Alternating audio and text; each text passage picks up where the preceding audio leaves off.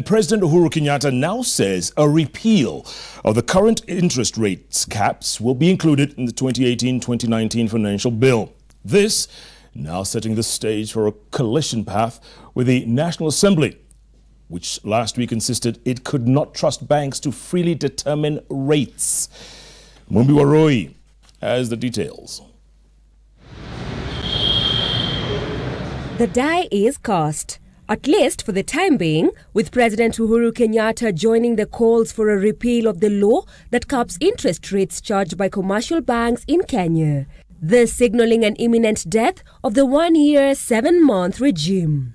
There was a lot of pressure, ultimately, that this was going to be the way to make capital available to SMEs and to small traders at much more affordable rates.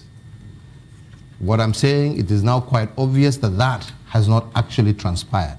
Admitting the failure of the interest rate cap while speaking at Chatham House in London, President Kenyatta emphasized that it was only a matter of when and not if the interest rate will be reviewed. We recognize that there is need to either repeal it altogether or to modify it so as to deal with some of the issues and the concerns that have come especially from the financial sector.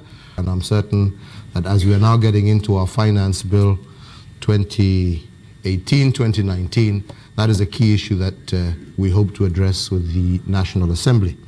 The banks actually...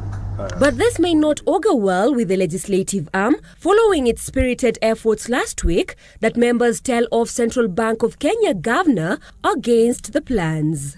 Should first pay attention to taxpayers before he listens to the banks. You know, he talked a lot of things, but members were not convinced that the time has come to start trusting the banks.